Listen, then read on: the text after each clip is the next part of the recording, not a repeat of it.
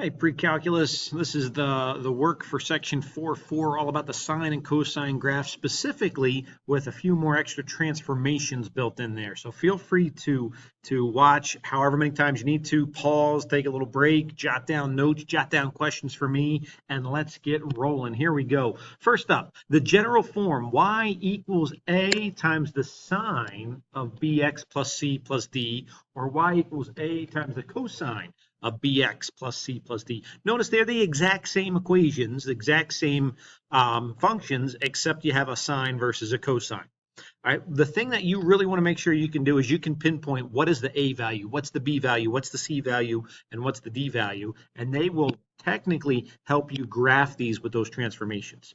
So to begin with, the amplitude. The amplitude is the absolute value of the a. Whatever that a value is, if it's positive, great. If it's negative, make it positive. That's the amplitude. One thing to kind of focus on with the amplitude is if you have a negative value tells you you're going to have a reflection over the x-axis. So if your a value is negative, you've got a flip over the x-axis. The period kind of helps you work with b, and that period is 2 pi divided by b, or you could say it's 360 degrees divided by b, but we'll stick with radians for today. The phase shift. If you were wondering what phase shift really means, the phase shift really means left and right. So how far left or how far right are we shifting this stuff? And the phase shift is actually going to partner two of these values together. The phase shift is going to be the opposite of c divided by b. All right, so you got to kind of look at both of them together. And then lastly, the vertical shift. The vertical shift, that really means down or up. And the vertical shift is just going to be the letter D. So if you see a +5 at the end, that means we're going to move everything up 5. If you see a -2 at the end, move everything down 2. So that's what we've got. All right. So 3 little steps to kind of help us out. Step number 1, we're going to graph the parent function. And that's what we were working on in class. That's the general thing. No changes at all to it. Just one full cycle, one full period. All right, with the amplitude of starting with 1 all the way down to a -1. So the parent function to begin with. Step number 2, adjust your scale and graph an amplitude, a period, and if there's a reflection there, you want to graph the reflection as well. All right, and then finally, step 3, you take graph number 2 that you have and you shift it. You move it left or right, you move it up or down. And if you can kind of do those 3 steps, you can graph any of these with pretty much ease right here. Let's take a look at number 1. Number 1, we got y equals 3 sine x plus pi over 2. All right, I might try to figure out a couple of these values. I would say the a value, well, that looks like a d, but the a value is equal to 3. The b value is equal to a 1, because remember, we're multiplying that x value by 1. The c value is a pi over a 2. And the d value is a 0, because really there's a +0 hanging out at the end. All right. So if that's what we have, we've got all those things. Let's do the very first graph, which is the graph the parent function. And the graph the parent function, that's y equals the sine of x. So y equals the sine of x. I know the sine graph has a highest high point of 1 and a lowest low point of -1. So I'll put those guys in there right there. The second thing that I know about this sine graph is that the starting period of a sine graph is 2 pi. So I'm going to put a little mark right there and then say 2 pi. I'm going to find the 5 key values for a sine graph. And really, these are the 5 key values for all of them. And you might want to kind of jot a little asterisk or a little star in here. And really, the things you want to list are 0, the quarter mark of the period, the halfway mark of the period, the 3/4 mark of the period, and then finally where the period ends. All right, so 0 is what we have. We got 0 right there. We've got the period at the very end, that's 2 pi. So if I'm going to chop this in half, chop it right in half, I'll have the halfway period. Well, half of 2 pi is 1 pi, so I can put that in there. Then I want to find the quarter mark, so I can chop that in half. What's half of pi? Well, half of pi is pi over 2. So I can put that guy in there. And then here's the tricky part. I want to find the 3/4 mark. The 3/4 mark. So think about how I'm counting here. I go from 0 to 1 pi over 2, to 2 pi over 2 to this 3/4 mark, which would be a 3 pi over 2 to the last one, which would be 4 pi over 2 or 2 pi. So those are the 5 key values on the x-axis that I need. And if this is a sine graph, the sine graph starts right there at the origin at 0, 0. And then I'm just going to plot these other 4 key points. Pi over 2 is up at the tippy top at 1. Pi is down there at 0. 3 pi over 2 goes down to -1. And 2 pi goes back to a 0. And I can connect the dots with my smooth curve, kind of like so. That's the parent graph. That's the one that you should be able to do really, really, really fast. All right. Step number 2 is we want to try to look at reflections, amplitude change, and period change. So step number 2, we're going to take a look here and we're going to say, all right, the amplitude is 3. And the period is 2 pi over 1, which is just a 2 pi. So that's not going to change the period, but it is going to change the amplitude. And there is no reflection because the A value is positive. All right, so if the amplitude is 3, that means instead of going up to 1 at the tippy top, I'm going to go up to 3 at the tippy top. So I can change my scale here to go 1, 2, 3, and I'll label that, and change my scale down here to go 1, 2, -3. My period would also change, but it says it's 2 pi, so I'm not going to change it. I'm going to say at the very end is a 2 pi, halfway is a pi, halfway with that is a pi over 2, and then the 3/4 mark is a 3 pi over 2. Now I'm going to plot the 5 key points. The first point was at 0, 0, since it was a sine graph, stays right there. The next point is the tippy top. So pi over 2 goes up to the tippy top, which is now 3. Next point's a pi, goes back to 0. 3 pi over 2 goes down to -3. And then 2 pi goes right back to 0. And I connect these guys with a smooth curve. So there's a sine graph. All right. Now, finally, I got to deal with the shifts, which is graph number 3. So I'm going to take this graph number 2, and I'm going to shift it up or down, left or right. And I have a C value. All right. So that tells me I'm going to have a phase shift. So if I think about what the phase shift is, the phase shift is the opposite of C over B.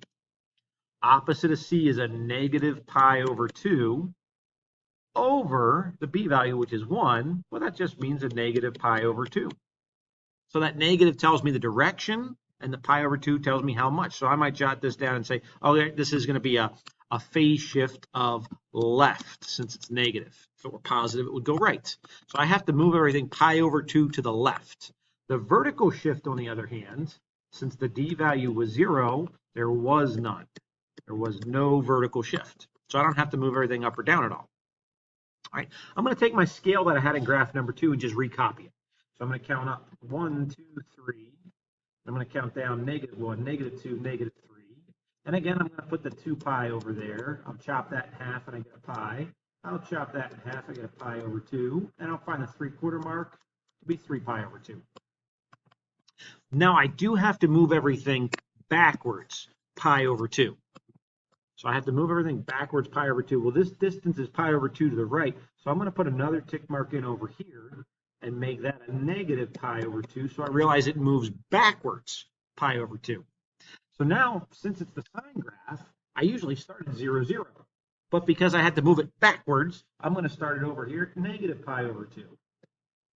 Then this pi over 2 point is going to move backwards pi over 2. So it's going to move up to the 0 right there.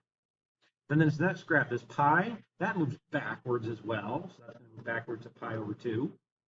The 3 pi over 2, the low point, moves backwards as well. So the 3 pi over 2 moves backwards here. And then finally 2 pi is going to go back to the 3 pi over 2. And that's one full cycle. I can connect the dots with a nice smooth curve. Kind of like that.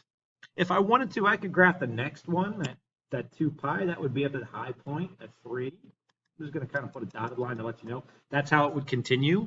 And if I wanted to kind of keep going, that's kind of the shape it would go with. But I don't really need to. I'm just looking for one cycle. All right. Okay, let's try another one here. How about negative cosine of x over 4 minus 1? So we might want to identify a few things. A value, well, that's a -1. The B value, that right there, see how it's x over 4, so the B value is 1/4. The C value is actually a 0 because you're not adding or subtracting anything, and the D value is really a -1. All right, all right. So if that's kind of the case that I'm looking at, then I'm going to realize if this is a cosine graph, I'm going to say my starting period, which is a 2 pi. I'm going to chop that in half and I get a pi. I'll chop that in half, I get a pi over 2. And I find the 3/4 marks, which is a 3 pi over 2. My amplitude to begin with was a 1 to a -1. And if this is a cosine graph, I start at the tippy top. I don't start at 0, 0. I start at the tippy top, so I'm going to start right there at 1. And then the pi over 2 goes to a 0. The pi goes down to a -1. The 3 pi goes back to a 0. And the 2 pi back up to a 1. So the points almost look like they're in this like V shape. But you guys know it should be this smooth curve like a wave. Kind of looks like that. I call that the Chicago Bulls logo. We'll keep talking about that throughout the process. So that's the parent graph. That's the parent graph. The next round is always trying to figure out the amplitude, the reflection, if there is one, and then the period change. So the amplitude is just going to be a 1. So that tells me I'm going to bounce between a high point of a 1 and a low point of -1, but there is a reflection. There is a reflection over the x-axis. So that tells me high points go low points and low points become high points. The period change, there is one of those. That's 2 pi over b, 2 pi over 1/4. And dividing by a fraction is tough. It's the same thing as multiplying by the reciprocal. So that's really got to be a 2 pi times 4 over 1, which is just an 8 pi. So that's now my period. Amplitude's still 1, but I have a reflection over the x-axis. So the easy part is the y-axis.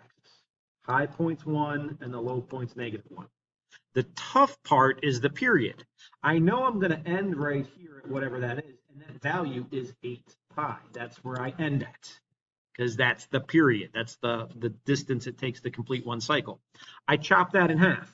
Half of 8 pi goes right there. That gives me 4 pi. That would be the halfway mark. I chop that in half. Half of 4 pi gives me right there. That's 2 pi. That's the quarter mark. And now I got to figure out what the 3/4 mark is. If you don't see this pattern, take a look what we have here. We're going to count 0 to 2 pi. Plus another 2 pi gives me 4 pi. Plus another 2 pi gives me 6 pi. Plus another 2 pi gives me 8 pi. So that's my kind of structure, how that's all kind of laid out.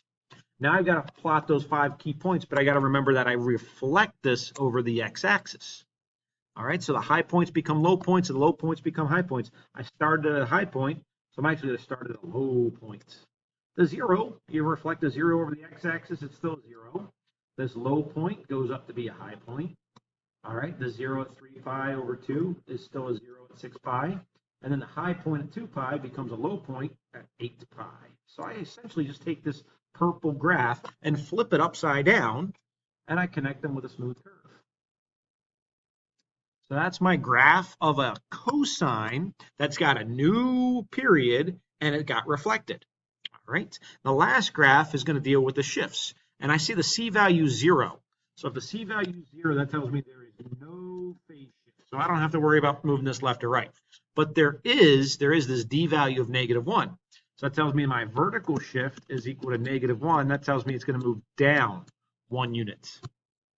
All right, so it's going to move down 1 unit. Maybe I can put in my x-axis since I'm not moving left or right at all. So I can kind of copy that from just that middle graph right there. So 8 pi is where I end, 4 pi is the middle, the quarter mark is 2 pi, and the 3/4 mark is 6 pi. And then I realize I have to move everything down 1 unit. Okay, so the highest high point isn't going to be 1 anymore. It's going to be 1 minus 1, which is a 0. And the lowest low point isn't going to be a -1 anymore. It's going to be -1 minus 1, which is a -2. So I actually want to do this. I want to put in a -1 here and then a -2 right there. And what I might want to do is take my midline, maybe put like a little dotted line right there to let me know that's the center of the graph. That's where I'm going to put the zeros. So let's plot those points. The -1 becomes a low point now of -2. That 2 pi is at the midline at -1. That 4 pi is at the tippy top now, but the tippy top is just a 0. The 6 pi is on the midline, so at -1. And then the 8 pi is all the way down at the very bottom at -2 pi. So I can connect these graphs with these points with a nice smooth curve. And I have right there cosine graph that's shifted down 1 unit. So feel free to rewatch whatever you need to, jot down questions, and I'll see you next time. Bye-bye.